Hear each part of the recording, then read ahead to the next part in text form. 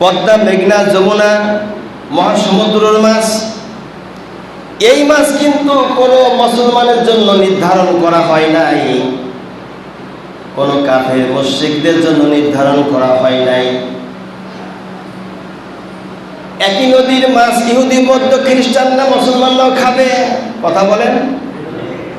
একই গাছের আম, একই গাছের কাঁঠাল ইহুদি, মুসলমান, বৌদ্ধ, খ্রিস্টানরা খাবে। আল্লাহ পাক কোনো নির্দেশ করে দেয় না এটা মুসলমান, এটা কাফের, এটা ইহুদি, এটা বৌদ্ধ, এটা খ্রিস্টান খাবে। আল্লাহ রাব্বুল আলামিন বরং সবার জন্য সমান করে দিয়েছে আল্লাহর নিয়ামতগুলো। এই নিয়ামত খাবার পরে কি করতে হবে? প্রশ্ন হলো এইটা। এক নম্বরের প্রশ্ন, আল্লাহর নিয়ামত, মাছ হলো আল্লাহর নিয়ামত, গাছের ফল ফুল এগুলো আল্লাহ পাকের নিয়ামত। যে নিয়ামতগুলো ভক্ষণ করার পরে আমাদের কোন দায়িত্ব আল্লাহ দিয়েছেন? আল্লাহ পাক জানিয়ে দিলেন, ওয়া মা খালাকাতুল জিন্না ওয়াল ইনসা ইল্লা লিয়াবুদুন।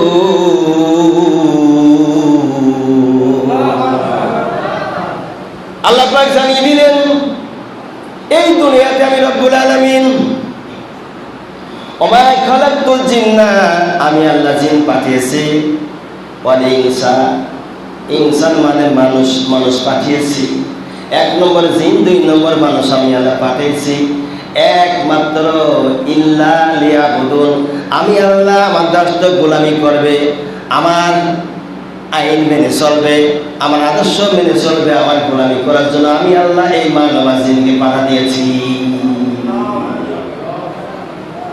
এখন প্রশ্ন, মানব গোষ্ঠী যদি নিয়ামত খাবার পরে যদি নাফরমানি করে, বিরোধিতা করে, তাহলে কি হবে? কি প্রশ্ন তো এইটা। আল্লাহ রাব্বুল আলামিন জানিয়েছেন, এই মানুষদের জন্য, জিন জাতির জন্য ইবাদত বন্দি করার জন্য আমি রব্বুল আলামিন নির্দেশ জারি করেছি। আর নির্দেশ যদি তারা না মানে, অবশ্য আমি আল্লাহ তাদের জন্য একটা পানিশমেন্টের জায়গা করেছি। এই দুনিয়াতে যদি কোনো ব্যক্তি চুরি করে, ডাকাতি করে, জেনা করে, ছিনতাই করে, লুণ্ঠন করে, খুন করে, এরকম জাতীয় যদি কোনো অন্যায় করা হয়, অন্যায়কারীকে দুনিয়ার জেলখানায় সরকার থেকে নিয়ে যাওয়া হয়। কি ভাই? সরকার থেকে ধরে নিয়ে যাওয়া হয়, জেলখানায় পানিশমেন্ট দেওয়া হয়, 28 বছর 32 বছর জেল জরিমানা করা হয়। আমার আল্লাহ রাব্বুল আলামিন মনে হয় এরকম জেলখানা রাখেন নাই। কি আছে না নাই? আল্লাহ আল্লাহ বলেন, আমি আল্লাহ নাফরমানদের জন্য জেলখানা রেখেছি, ওই জেলখানার নাম হলো জাহান্নাম। জেলখানার নাম কি ভাই? জাহান্নাম। শব্দ করে বলি, জাহান্নাম। এই জেলখানার ভিতরে রাখবো পানিশমেন্ট দেওয়ার জন্য। ওদেরকে দুনিয়ার জেলখানাটা দুইটা রুটি পাওয়া যায়, একবেলা গোটাতে ভাত পাওয়া যায়। পরকালের জেলখানায় ভাত আর রুটি দিবে কিরকম, সেটা একটু আমরা শুনি। আল্লামা কামালউদ্দিন তাবরি রাহমাতুল্লাহ আলাইহি তিনি বর্ণনা করেছেন, মানুষ যখন মারা যাবে, আল্লাহ জেলখানায় যখন যাবে, ওই জেলখানার ভিতরে মানুষদেরকে এমন অবস্থায় রাখা হবে, জেলখানার ভিতরে সবচাইতে করুণ অবস্থায় তারা থাকবে। পানি যখন চাবে, ফুটন্ত পানি দেওয়া হবে, মুখে যখন দিবে, সাথে সাথে পেছন দরজা দিয়ে পেটের নারী বলে সব বেরিয়ে যাবে। আল্লাহু আকবার। খাদ্যখানা যাবে, খাবারের জন্য চেষ্টা করবে, আল্লাহর কাছে ফরিয়াদ জানাবে, রব্বুল আলামিন আমাদেরকে খাবার দাও। আল্লাহ বলেন, যাকুম গাছের ফল তাদেরকে দেওয়া হবে, যেই ফলটি আমরা কালধুত্রার ফল নাম জানি, আছে না? এরকম কালধুত্রার ফল এরকম গোল গোল হয়, ছোট্টবেলায় হাতের পর এরকম করে মেরে দেখেছি হাতে রক্ত বাড়ায় কিনা। আমিও এটা করেছি। আমার ভাইরা, আল্লাহ রাব্বুল আলামিন জানিয়েছেন, মরার পরে লোকেরা যখন আহার করার জন্য আল্লাহর কাছে খাবার চাবে, যাকুম গাছের ফলের মতো কাঁটাযুক্ত, আল্লাহ পাক তাদের খাদ্য দিবে, খাবার সঙ্গে সঙ্গে গলার মধ্যে আটকে যাবে। আল্লাহ পাক সেখান থেকে নামতেও না, বের হবেও না। মানুষের অবস্থা করুণ হয়ে যাবে, কাঁদতে থাকবে জেলখানার ভিতরে। দুনিয়ার জেলখানায় তার একটা মেয়াদ আছে, 30-32 বছর 28 বছর জেলখানা, জেল খাটলে পরে তা থেকে মাফ করা হয়, বেঁচে থাকলে দুনিয়াতে আবার বের হয়। বাবা মা ভাই বোন আত্মীয় স্বজন তাদের সঙ্গে দেখা সাক্ষাৎ করে, তাদের সঙ্গে কথাবার্তা বলতে পারে।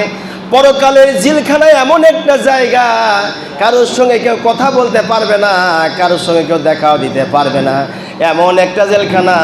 ওই জেলখানার মধ্যে মানুষদেরকে বন্দি করা হবে। ওই জেলখানা থেকে বাঁচার কোনো পথ নাই, কোনো উপায় নাই।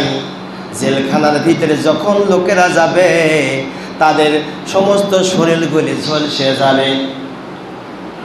অনেক সময় কোনো বাড়িতে আগুন লাগে, যখন আগুন লাগার পরে যদি বাড়িতে গরু বাছুর থাকে, গোয়ালে আগুন লাগে, গরু বাছুরের সমস্ত শরীরটা ঝলসে যায়, চামড়াগুলি পড়ে যায়।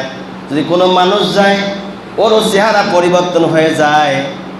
আমার আল্লাহ রাব্বুল আলামিন যে জেলখানা বানিয়েছে, ওই জেলখানার ভিতরে মানুষদেরকে পুরাইয়া ছাই বানানো হবে। আবার তাদেরকে বলা হবে কোন হয়ে যা, সাথে সাথ পূর্বের মতো মানুষ হয়ে যাবে। এভাবে করে কত কোটি বছর জেলখানার মধ্যে আযাব দেওয়া হবে। আল্লাহ রাব্বুল আলামিন তিনি ভালো জানেন। ও ভাই, সেই জন্য 1 নম্বর কথা হলো জেলখানা আল্লাহ পাক তৈরি করেছেন আল্লাহর ইবাদত বন্দেগী না করলে।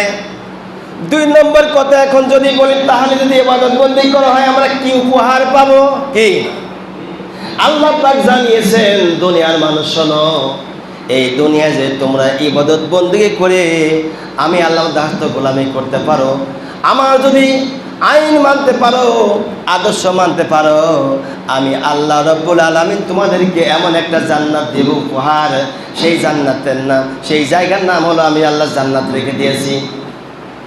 ফাদখুলি ফি ইবাদি,